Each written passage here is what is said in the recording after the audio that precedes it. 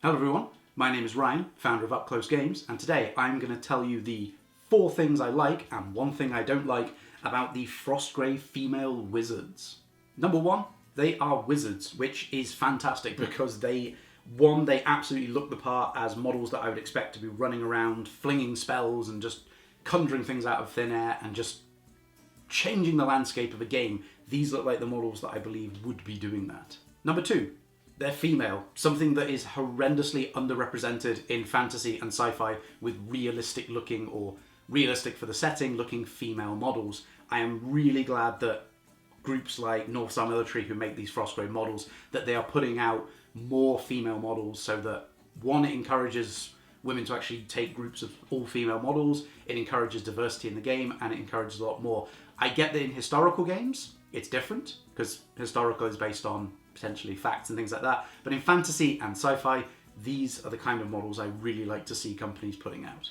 Number 3 is the size of the sprue and all of the extras that it comes with. So each sprue allows you to not only make 4 models like these, I think practically everything on them has come from the same sprue except 1 or 2 little pouches here and there, which is fantastic.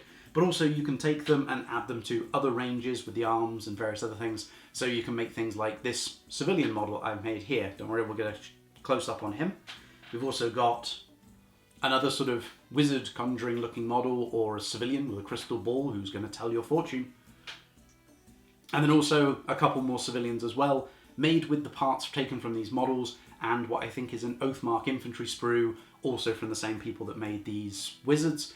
They are absolutely fantastic for conversion bits, and you get so much on each sprue. Number 4 is the design. They are absolutely fantastic in terms of the models and designs. One thing I really enjoy is the flowing cloak on this model, what I use in my games of Age of Alchemy for a Cleanse of the World, but I can understand how that would do for a sort of a storm calling style of alchemist, or sort of them being thrown back by their own power, which it kind of looks like this model is doing. So onto the thing I don't like, which is just 1 thing. That could have been a really easy cop-out and say, there isn't enough female models and they don't do the knights in female and blah blah blah, but that's for the knights kit, we can worry about that later.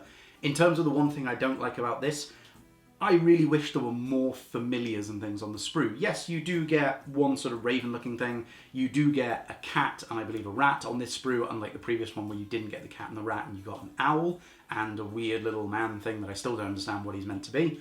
But these kind of models, I just feel like maybe that was the only thing missing. Maybe there could have been more familiars and more representations.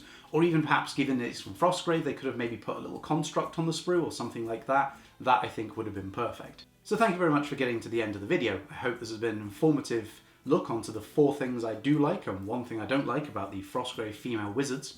You may have heard me mentioning things along the lines of Up Close Games and Age of Alchemy. Now, these models here I don't necessarily just use for Frostgrave, I also use them for Mordheim, and I also use them for the game that I've developed, which is called the game I've developed, which is called Age of Alchemy, not Up Close Games, that's the company. So Age of Alchemy, if you want to learn more about that, there will be other videos on this channel. There'll be links in the description as well at the end. I'm not going to put them at the start of the video, this is a review about the models first and foremost. But if you want to learn more about that, please do follow the links and things at the end. Other than that, thank you very much for watching. It's been a pleasure to tell you all these things that I enjoy about these models, and we will look at doing more reviews in the future. So all that remains to say at this point is thank you very much for watching, and I'll see you next time.